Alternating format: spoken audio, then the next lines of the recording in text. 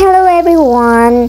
A day of my love for today's video. Bag-utang mata, tapulantang maligo og sayo. So guys, kakagising ko lang guys. Tapos ayan, naghilamos, nag-toothbrush. So ayan, mag-skincare muna tayo guys bago tayo magsimula sa ating gawain guys. So tingnan nyo muna yung skincare ko dyan guys. So ayan lang guys, mikos-mikos. So ayan. So ayan guys, pang ano yan sa ating yung stress ng ating mata ba, lagyan natin ng cream guys. So ayan po ang aking moisturizing aloe vera. So naubos ko na yung isa guys, ito bago na yung ating aloe vera moisturizing dyan. Yung isa naubos ko na talaga guys.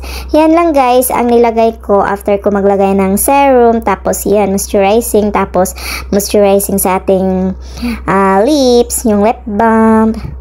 So ayan guys, hinahalo ko sila guys, yung ating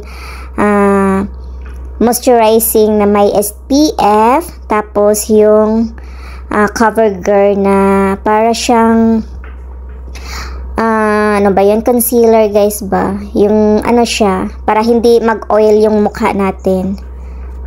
So minimix ko lang siya guys. So ayan, oh, tingnan nyo ang effect. Cha. So ayan guys, nagsuksek-suklay muna tayo dyan sa ating manipis na buhok. So ayan, magsaing na tayo guys.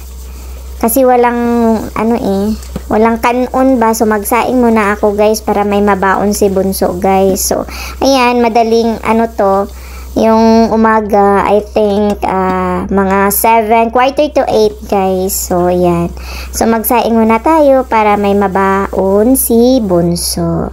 So ako lang muna ang guys, nag-asikaso ba, parang nagising, ganon.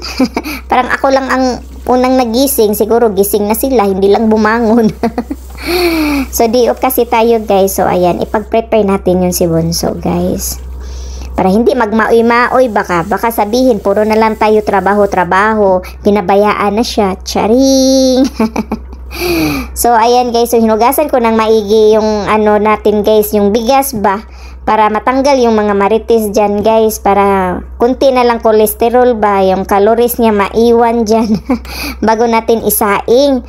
So ayan guys, so i-chok na natin para makapagluto na tayo ng rice. Tapos ako ng init tubig guys. So ayan, pagkatapos nito guys, so ayan, magawa ako ng wrap ng pang snacks ni bunso. So ayan, pwede niya pang breakfast. So ayan lang guys, nilagyan ko siya ng Lady's Choice na mayo tuna guys, yung tuna flavor. Tapos yung tuna din yung nakalagay guys, hindi ko lang napakita sa inyo yung tuna. Tapos ayan lang guys, half ng avocado nilagay ko sa gitna.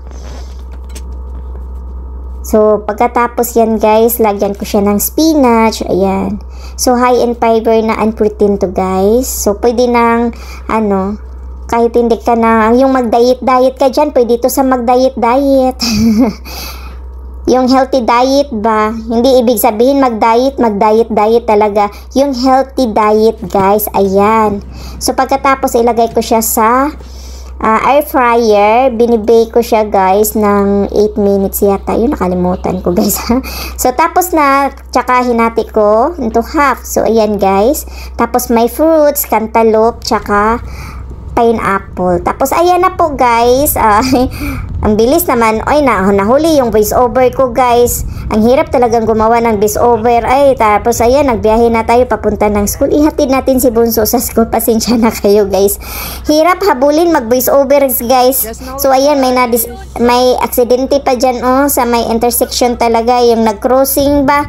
So ambot og naunsa na sila, nagdinasmagay man na sila din na lang yun mag keep safe driving ba.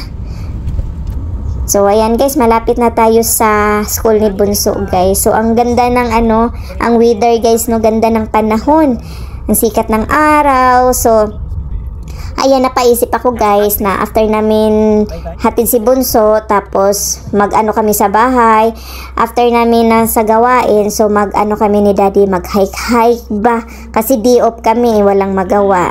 So nandito na tayo sa school ni bunso, dito kami sa likod, nag-drop off sa kanya. So supposed to be bawal talaga dito guys, kasi sa mga teacher lang dito ba.